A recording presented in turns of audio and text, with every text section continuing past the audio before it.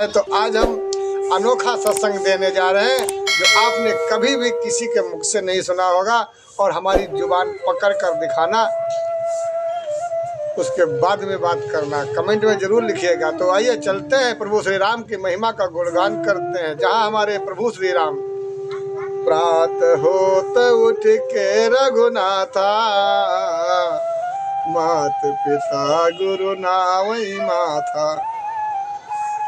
प्रातः उठ करके प्रभु श्री राम अपने माता पिता के पैर छूते हैं। वही हमारे प्रभु श्री राम का जो एक द्वंद्वी है, प्रतिद्वंदी है, जैसे कृष्ण और कंस, राम और रावण। आज रावण जो प्रतिद्वंदी है, आज उसने भी अपने माता पिता को रुलाया। एक तंत्र विद्या के द्वारा वेदों का ज्ञान कर लेने से कोई विद्वान नहीं बन जाता है। शास्त्रों का ज्ञान करने से कोई वैद्य हकीम नहीं बन जाता है। उसके लिए तो प्रशिक्षण जरूरी है। लेकिन आजकल हमारे यहाँ क्या हो रहा है, कुछ नहीं, बस राम जी के नाम से समाज को गुमराह करते जाओ। जैसा कि हमारे आज के सनातन धर्म के अंदर लोग कहते हैं रावण बड़ा विद्वान था। कोई महापुरुष विद्वान अब किसी धर्म पत्नी का या हरण करेगा? सिंपल सी बात। कोई महापुरुष एक घिनौना काम करेगा जो दादा परदादा के परिवार संस्कारों को कलंकित कर दे, ध्यान दीजिए। लेकिन नहीं, आज एक अपराधी को आसमान में बैठाल करके उसे विद्वान कहा जाता है। सोने की लंका है समुद्र के अंदर। आज उस सोने की लंका का रहस्य हम भी थोड़ा चरितार्थ करेंगे। सोना कितना भी हो, फिर भी अगर वो महल, कोठी, हवेली, घर, मकान जलते हैं तो सोना होता है। वो कितना भी अगर गल जाएगा फिर भी वो गल करके जमीन में ही ढह जाएगा, राख नहीं होगा। आज सभी लोग सोने की लंका देख रहे हैं। आज हमारे प्रधानमंत्री जी की महिमा है जो हर प्रकार का अपराध सामने आ रहा है। हमारे भक्तों को बताया जा रहा है कि सोने की लंका थी। हाँ बिल्कुल, रावण के पास सोने की लंका थी, लेकिन वो कनक वाला सोना नहीं। वो कनक ते 100 गुनी मादकता अधिकाय, वह खाए बहुरात है वह पाए गौराए। उस सोने के आभूषण वाले सोने की बात नहीं यहाँ पर है, बड़ी गूढ़ रहस्य है। सोने की जहाँ आप सोते हो उसको सोने का कमरा कहते हैं। जहाँ अतिथि विश्राम करते हैं वहाँ विश्राम आलय होता है। जहाँ रात्रि विश्राम करते हैं वहाँ रैन बसेरा कहा जाता है। जहाँ बुढ़े लोग एक जगह पर अपना सौतास करते हैं, वो बुजुर्गों के लिए वो स्थान वृद्धाश्रम होता है। यहाँ पर भी जब रावण ने बहुत कठिन तपस्या किया, जैसे आजकल हमारे समाज के अंदर कुछ लोग शास्त्र से, वेद शास्त्रों से चंद छंद दोहा शक्तियाँ हासिल करके और कहते हैं देखो हमारे पास हनुमान जी की शक्ति है, कोई कह रहा है हमारे पास महादेव की शक्ति है। जबकि जन्म जन्म गुजर जाते हैं, भोले बाबा का ध्यान कब तक लगता है, कहाँ तक लगता है, कितने दिनों तक लगता है, ये तो आप महापुरुष जानते हैं। लेकिन आजकल हमारे यहाँ पे 50 से 100-150 वर्ष की उम्र है, लेकिन लोग भगवान को पा जाते हैं, भगवान की कृपा भी मिल जाती है, लेकिन जिसके पीछे कृपा है उसको भूल जाते हैं। माता पिता से बढ़कर कोई नहीं। आज रावण ने वेदों का ज्ञान लेकर के इतना बलशाली हो गया कि कोई साधु संत अगर उससे उंगली दिखाता तो वो उसको बंधन में डालकर और उसे दंडित कर देता। आज रावण ने भगवान शिव की इतनी घनघोर तपस्या किया। भगवान शिव ने कहा, बेटा क्या चाहिए? हमारे जैसा महाराज जी रावण भी था, उसने कहा महाराज हमें तुम चाहिए, हमें दुनिया नहीं चाहिए, और जब तुम चाहिए फिर क्या है? फिर तो संसार अधीन है उसके। यही यहाँ पर भी हुआ। जब प्रभु महादेव भोलेनाथ भूत भावन रावण की तपस्या से प्रसन्न हो गए तो कहा, बेटा वर मांग ले, क्या चाहिए? तो महादेव से रावण मिन्नत करता है, महाराज ऐसी जगह पर हमारा घर बना दीजिए, एक घर पानी में हमको बना कर दे दीजिए, पानी में घर। आज भूत भावन भोलेनाथ का माथा ठनकता है। कहते हैं धरती पर, आसमान में, धरती पर तो घर मकान बनते हैं, ये महापुरुष पानी के अंदर मकान मांग रहे हैं, ये तो समस्या वाली कहानी हो गई। तो माँ भगवती ने अपनी कृपा दर्शाई और एक शैल खंड पर, जो समुद्र 7 समुद्रों के टापू में बीच में, वहां जाके भूत भावन भोलेनाथ ने विश्वकर्मा को बुलवा करके वहां एक सोने का घर, शब्द वही आते हैं कि सोने का घर, बिल्कुल महाराज रावण का घर नोएडा के पास एक स्थान 40 किलोमीटर पे पड़ता है, हम नाम इस समय याद नहीं। वहाँ पे महाराज रावण का जन्म स्थान है।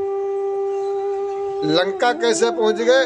तो महादेव ने पानी में, जल के अंदर घर बनाया था रावण के विश्राम के लिए, उसके सोने के लिए, जिससे रावण चौहिद्दी में आतंक फैला करके जब लोग कहें मारो पीटो मारो पीटो मारो पीटो रगदाओ इसको, तो ये घोड़े से भी ज्यादा तेज पुष्पक विमान वगैरह थे, तब ये उसी में बैठ करके अपनी लंका में भाग जाता था, लंका में भाग जाया करता था।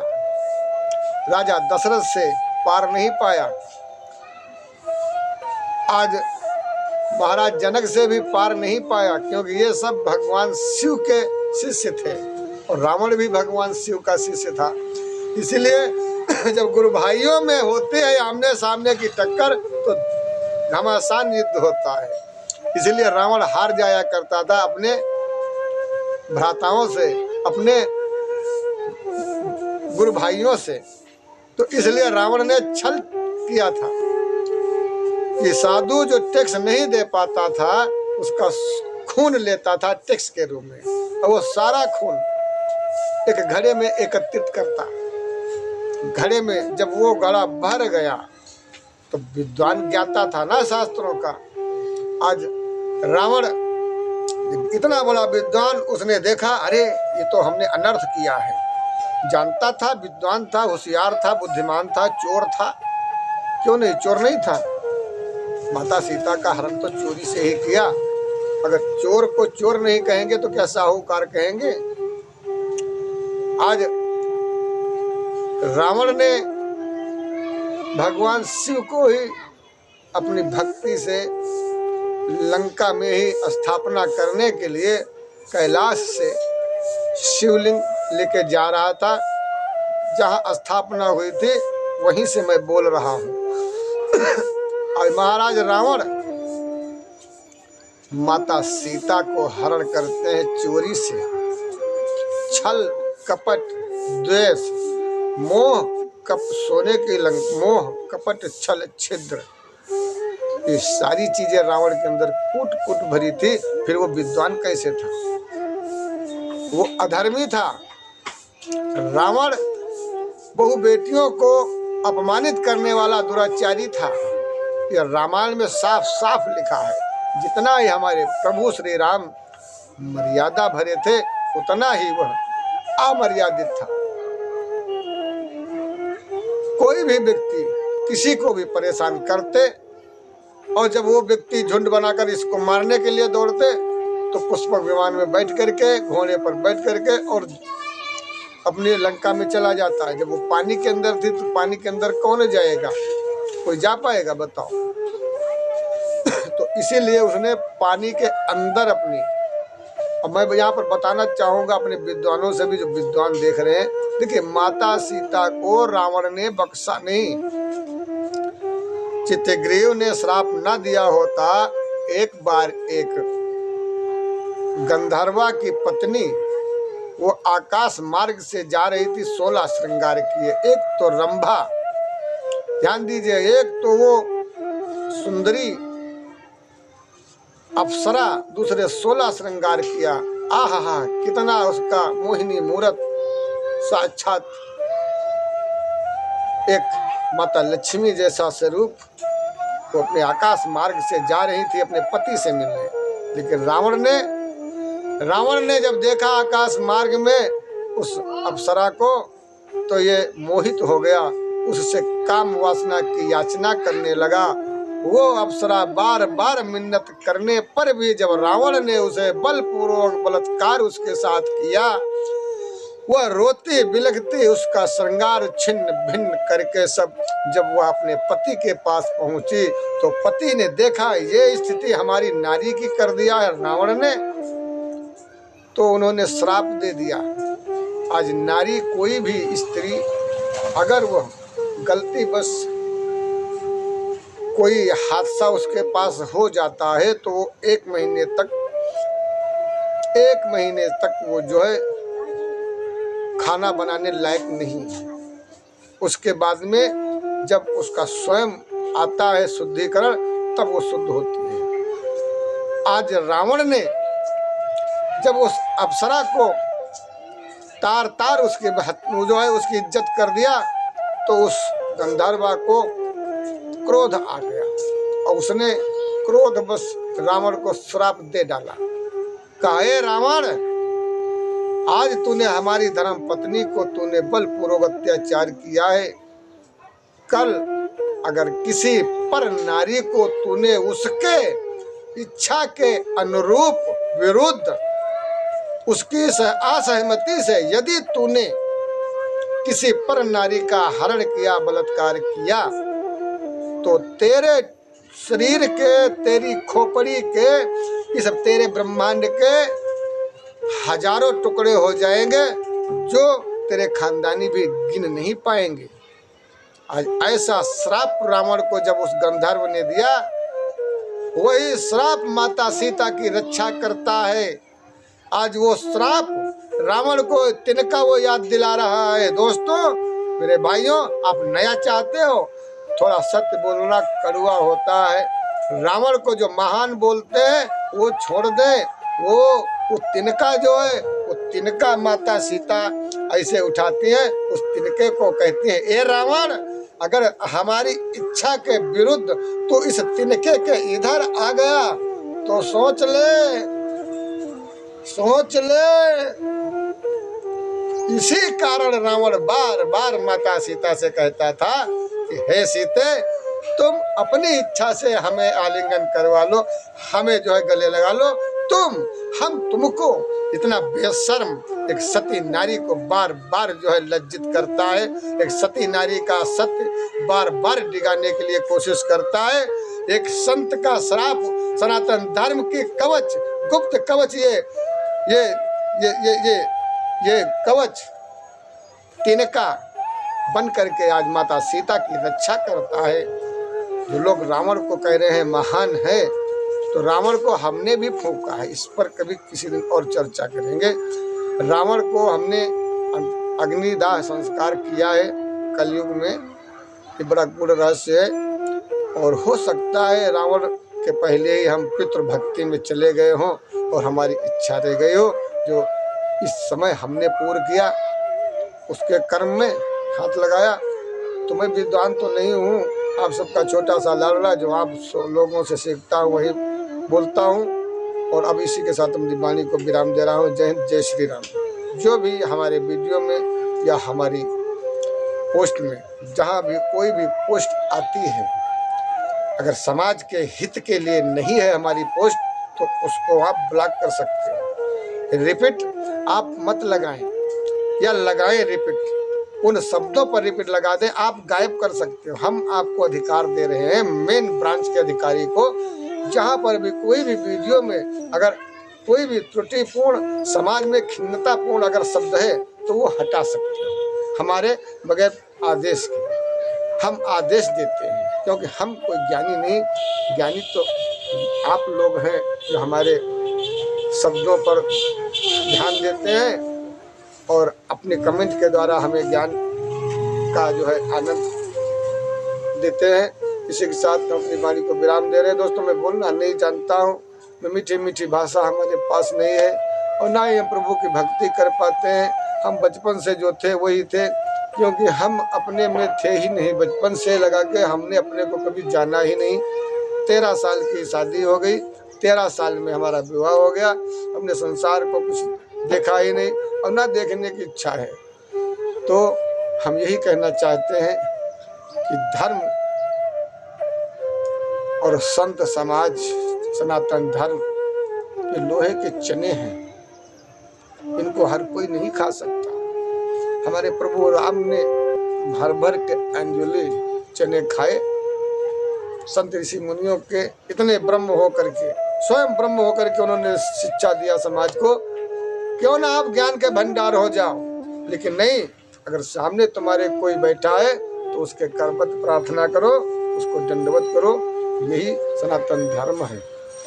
मैं ब्रह्म होकर के भी भक्तों के आगे झुकता हूँ।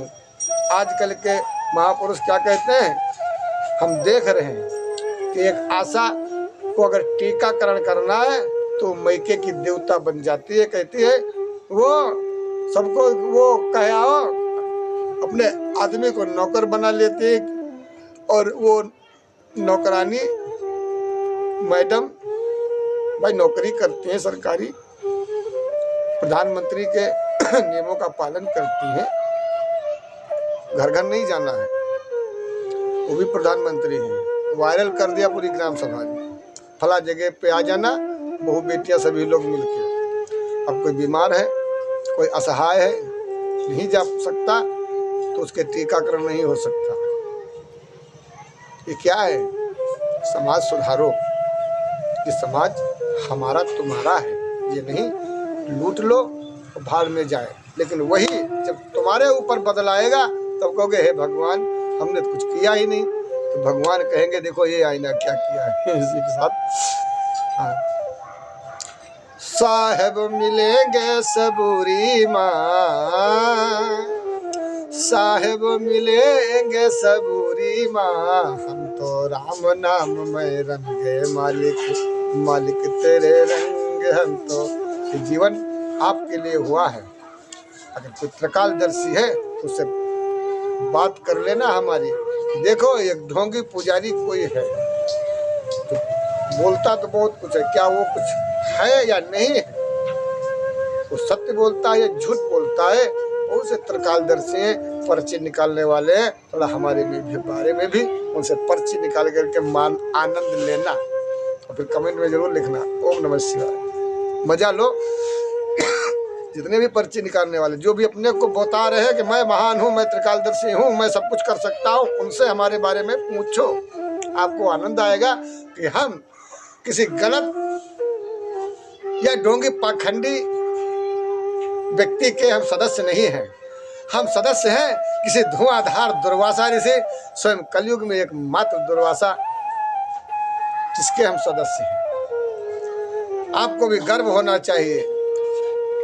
हमें गर्व है हमारे जो भी सदस्य हैं, और सदस्यों को भी गर्व होना चाहिए कि हमारे जैसा बाबा जिनके वो सदस्य हैं। सदस्यों जय श्री राम, जय हिंद, जय सीताराम। देखो बच्चों, जय श्री राम जय सीताराम कहना ये हमारी आदत है। बचपन से हम साधु हैं, ठीक है। हम जंगल बंगल खूब गए, लेकिन अब जो महादेव कहेंगे वही तो करेंगे। दुनिया है जिसके पीछे, वो है मेरे पीछे। अब मैं क्या करूं, मेरी जान बताओ क्या करूं? बात तो यही है। कहाँ जाऊं राम, कहाँ जाऊं? जो वहां है सो यहाँ है, कहाँ जाऊं? जो यहाँ है सो वहां है, कहाँ जाऊं? जो स्वाद नमक रोटी में है वही नमक तो 56 प्रकार के भोजनों में भी तो है। फिर जो लबर लबर करते हैं वो साधु नहीं, स्वार्थी होते हैं, माया के भोगी होते हैं वो। और दुर्वासा जो दूब की खीर खा करके, घास फूस खा करके, तपस्या करके शिव को मनाने वाला, वो देश का कल्याणकारी होता है। कोई भी व्यक्ति हो, आप अपने घर के अंदर हैं, आप सभी संत और महात्माओं से भी सर्वश्रेष्ठ हैं। बड़ी मेहनत करके जब घर में आते हो, दिन भर मेहनत करते हो, शाम को भोजन जुटाते हो, भोजन के समय या तुम्हारे घर दरवाजे पर कोई साधु, कोई सन्यासी, कोई भी व्यक्ति आता है, बेटा 10 रुपए लाओ या एक खुराक लाओ, उसको जब देते हो तो वो खुराक तुम्हारी भगवान को जाती है। सावधान भी रहना, आजकल संत समाज की नकल राहु केतु कुछ कर रहे हैं।